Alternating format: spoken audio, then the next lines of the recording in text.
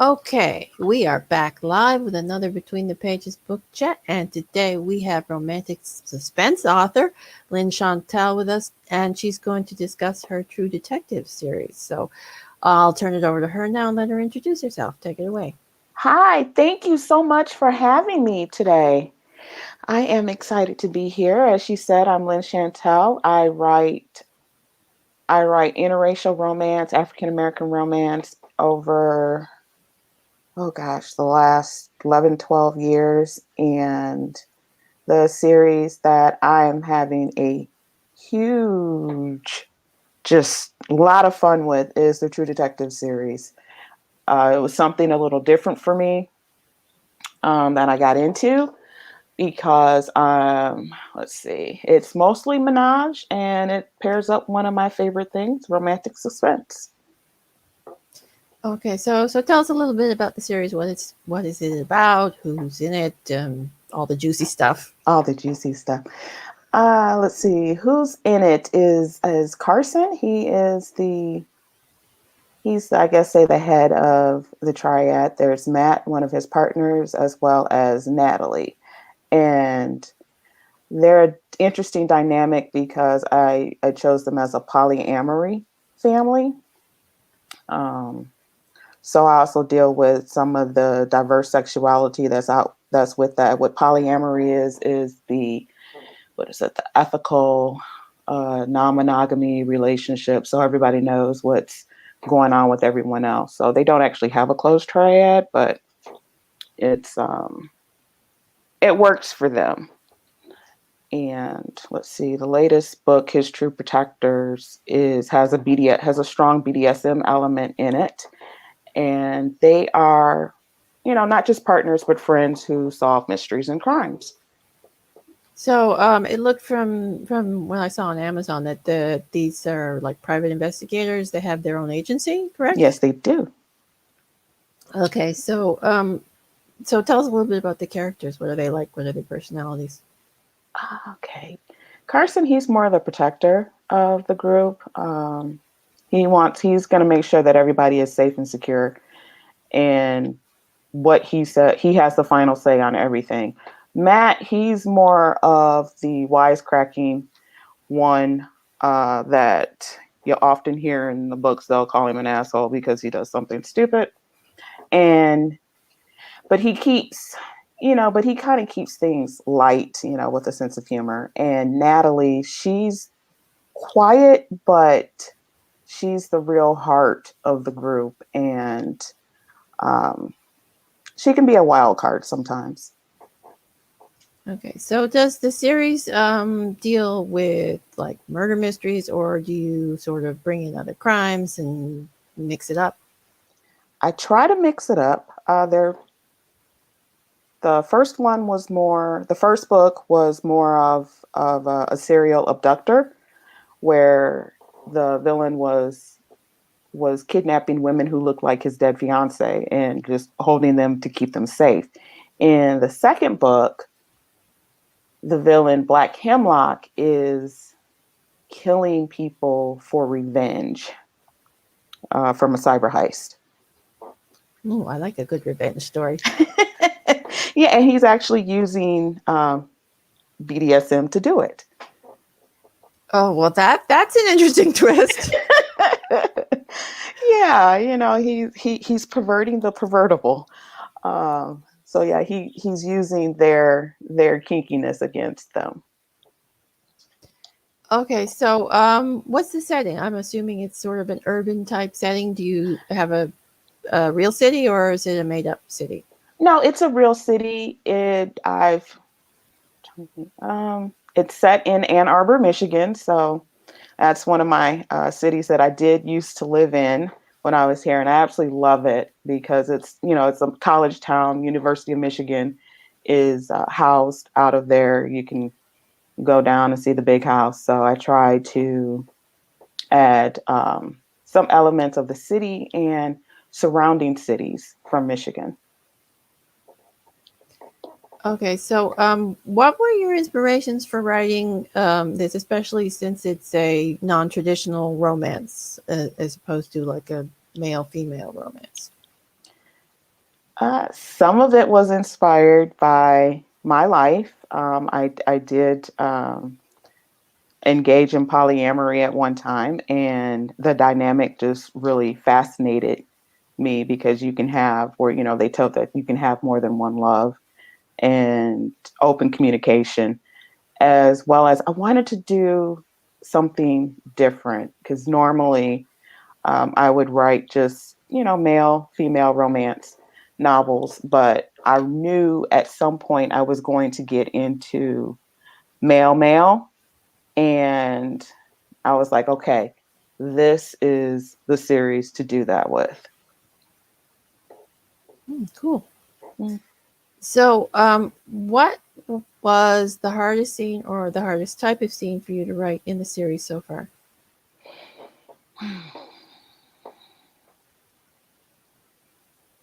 The hardest scene.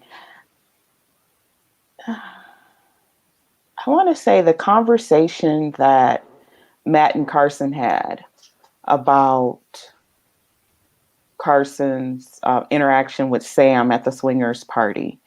That was getting the emotion right was hard. So I actually went to a group that I'm affiliated with and I pitched the scenario to them to say, how would you handle if one of your partners said, I think that you looked at someone and you look at them the same way that you look at me as, that you totally love and are devoted to them. So to get that feedback from them and to incorporate it into that scene helped, but that was one of the hardest scenes for me to write. Which, an interesting follow up. Um, do you write jealousy into the relationship? Yes, sometimes.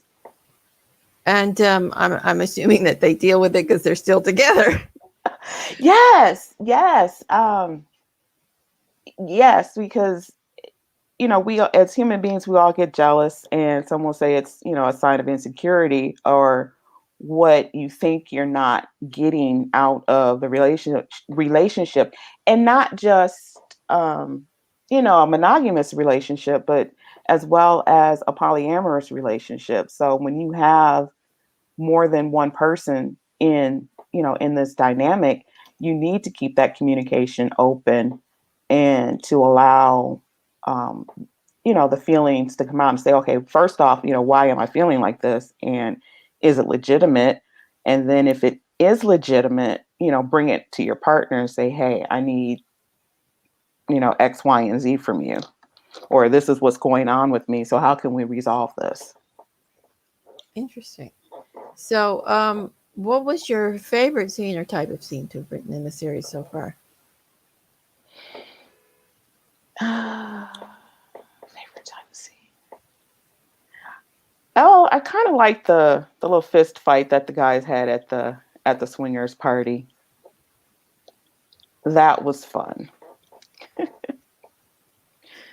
because Carson goes off without his earbud, and Natalie is still thinking that this is a jealous lovers quarrel, and while these two are fighting, the rest of the room, the rest of the people in the room are sick because Black Hemlock has put some sort of poison that's making everybody upchuck around the place. So that was fun to write. Yeah, I bet that put a damper on the party. Yes, it did. Okay. So, do you have any secondary characters that are a little quirky, like to steal the scenes from the main characters?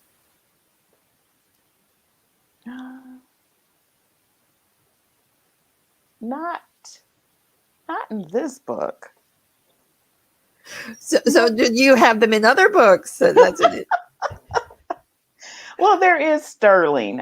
He's over the detective agency. He keeps the detectives in line and is a father figure for them. So um, he will occasionally steal a scene or two from them, but mostly I try to keep it centered on Carson, Matt, and Natalie.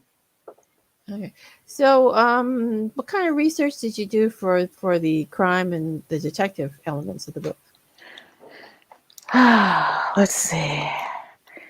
I did a lot of work on, well, just making sure I had the facts in the cities and how to get there, how to get around to them, because I haven't lived there in a while. And with my vision, I really have to depend on other people to tell me street signs and things like that. But talking with poison control and having fun chatting with doms and subs and other tops and bottoms in the BDSM community. So that was fun and interesting. Then, of course, what law enforcement would do in certain situations. Yeah. Okay. So, what are your characters afraid of? What are they afraid of? Huh. That's a good question. Uh, let's see. Carson is afraid of small spaces. Matt is afraid of insects. And Natalie is afraid of losing her family. Interesting. I like the insect one. I mean, usually when you see that, you see it as a female fear, but if you're having the guy afraid of insects, that's a nice little twist on it. Yeah, yeah. Okay, so do you have a favorite character? No, I don't. That's an acceptable answer, by the way. Several people have said the same thing. They can't choose. So if you were going to hang out in real life with any one of your characters, which one would it be? Oh man. Um, I think I'd have to hang out with Matt. He's more the adrenaline junkie of the group. So, he would. I think I could see him. I could see us racing in a car, or maybe doing some rock climbing, maybe even jumping out of an airplane. Okay, so you obviously write romance, but are there any other genres that you are thinking of writing in or would like to write in? I actually thought about writing a children's book. Oh, that's interesting. I think that would be an interesting opposite end of the spectrum from what you're currently writing. Yeah, I thought about that. I thought about writing a children's book. So, you know, talking with my sisters, like we have the idea, but we just need to sit down and write it. Yeah. So you've obviously written a few other series. You want to talk about any of those? Give us a Oh, quick overview. sure. I have the Sin Eaters series. There's a new book coming out at the end of the month called Wrath, and it is Aztec gods that their leader Montezuma is bent on world domination. So, but actually, it's Humac in Montezuma's body. So who's doing this? So, and each one of the sins, it's the seven deadly sins. So each book represents one of those. And let's see, the other series that I have is a wrestling series called the Love SmackDown series, where each of the heroes in the book is a wrestler. And that is a nod towards my dad, who is a semi-retired pro wrestler. Oh, that's cool. That's an interesting take on a romance series too. You don't see too many wrestlers in novels. No, but it's so cool. Yeah, it is cool. So I think we'll wrap it up here, and I'll let you tell everybody where they can find you and your books. You can find me at thehouseoflynn.com, and you can find my books at any of your favorite retailers, Amazon, Kobo, Barnes & Noble, Apple. You will find me there. Okay, I'd like to thank you for being here today. It was a pleasure chatting with you. Well, thank you so much. And between the pages, sorry, book chat. We'll be back tomorrow with another author, so join us then. Bye for now. Bye bye.